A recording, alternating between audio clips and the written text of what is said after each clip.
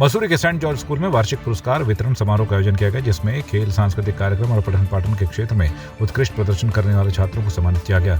इस मौके पर बतौर मुख्य अतिथि पहुंचे पर्यटन मंत्री सतपाल महाराज ने छात्रों को पुरस्कार प्रदान किया और उनके उज्जवल भविष्य की कामना की। डिस्ट्रीब्यूशन सेरेमनी है सेंट जॉर्ज कॉलेज की, और यहाँ पर सभी प्रतिभा जो वान लड़के हैं उनको यहाँ पर सम्मानित किया जा रहा है। बहुत अच्छी बात है, तो मैं समझता हूँ कि अच्छा प्रयास है ये। यात्रा सीज़न आने वाला है, उसमें हमने बैठक कर दी है और लोगों को लगाया है। जेसीबी हम तैनात करेंगे। जहाँ जहाँ भी सड़कें जहाँ ख़राब होंगी वहाँ सड़कों को ठीक किया जाएगा।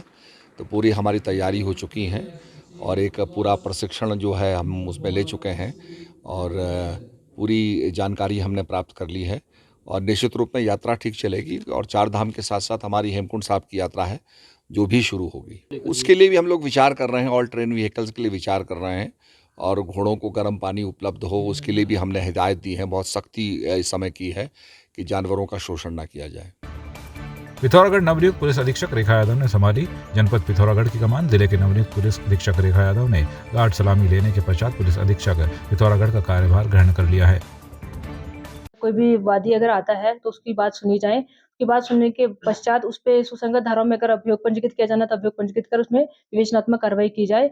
साथ ही साथ चूंकि ये इंटरनेशनल बॉर्डर से घिरा हुआ हमारा जनपद है और यहाँ पे अपने अलग चैलेंजेस है, उसको भी कर्व करने के लिए हम और बेहतर प्लान और स्ट्रेटजीज बनाएंगे कि किस तरीके से हम जो स्मगलिंग वाला मेनांस है उसको कम करें। नशे को लेकर के भी हमारी इसमें पहल पूर्व में भी चली आ रही है, उसको और विस्तृत तरीके से हम इसको चलाएंगे। माननीय मुख्यमंत्री जी का भी विजन है ड्रग फ्री देवभूमि मिशन 2025, उसको सार्थक बनाने हेतु हम इसमें अपने अथक प्रयास करेंगे।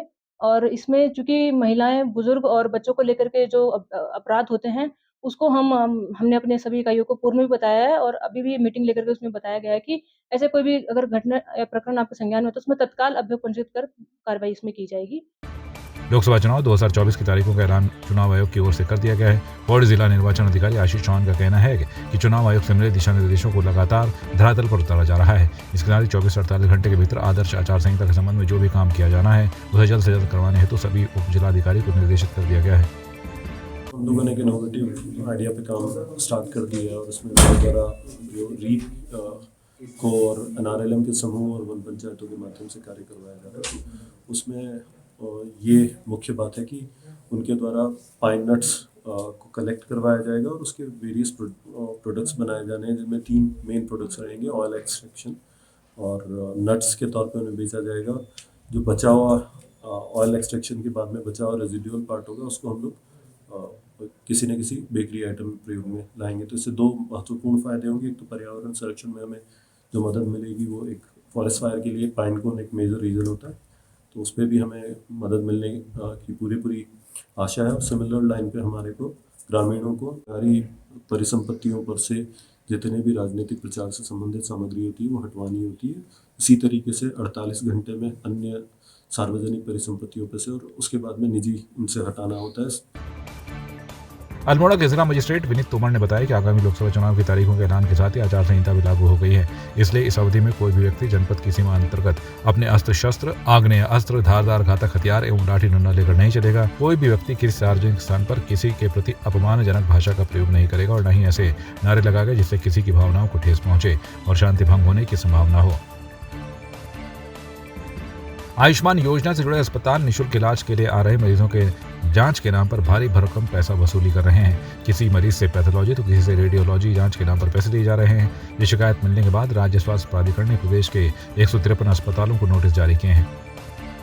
देखिए, जो ये स्कीम आयुष्मान जो योजना है जो कि इलाज से संबंधित होती है, जिसमें कि निःशुल्क चिकित्सा का प्रावधान है। सुनने में आता है कि चिकित्सा जो सूचीबद्ध प्राइवेट चिकित्सालय हैं उनके द्वारा धनराशि लिए जाने की शिकायत ऐसे सुनने में आता है। लेकिन मेरा आपके चैनल के माध्यम से निवेदन रहेगा कि जिस किसी के साथ भी ऐसा अगर वाकया होता है तो वो लिखित में शिकायत यहाँ पर प्रेषित कर सकता है। और जो स्कीम के अंतर्गत प्रावधान है, अगर ऐसा पाया जाता है तो उस पर अस्पताल में पेनल्टी लगाई जाती है और जिस व्यक्ति का से पैसा लिया होता है उसको वापस किए जाने का भी पूरा इंतजाम योजना के अंतर्गत है।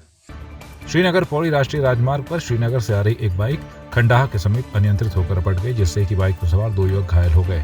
श्रीनगर से पौड़ी आ रहे पूर्व छात्र संघ अध्यक्ष अंकित नौटियाल एवं सेवा दल के कार्यकर्ता मनीष वाल्मीकि की नजर जब उन पर पड़ी तो उन्होंने 108 को कॉल किया, लेकिन 108 सेवा के न पहुंचने पर उन्होंने दोनों घायल लोगों को अपनी कार से जिला अस्पताल पौड़ी पहुंचाया। जी, प्रकरण ये है कि हम श्रीनगर से ऊपर की तरफ आ रहे थे पौड़ी की तरफ, और खंडा से थोड़े से ऊपर 2 लड़कों का बाइक से एक्सीडेंट हुआ है जो रोड के किनारे पड़े हुए थे।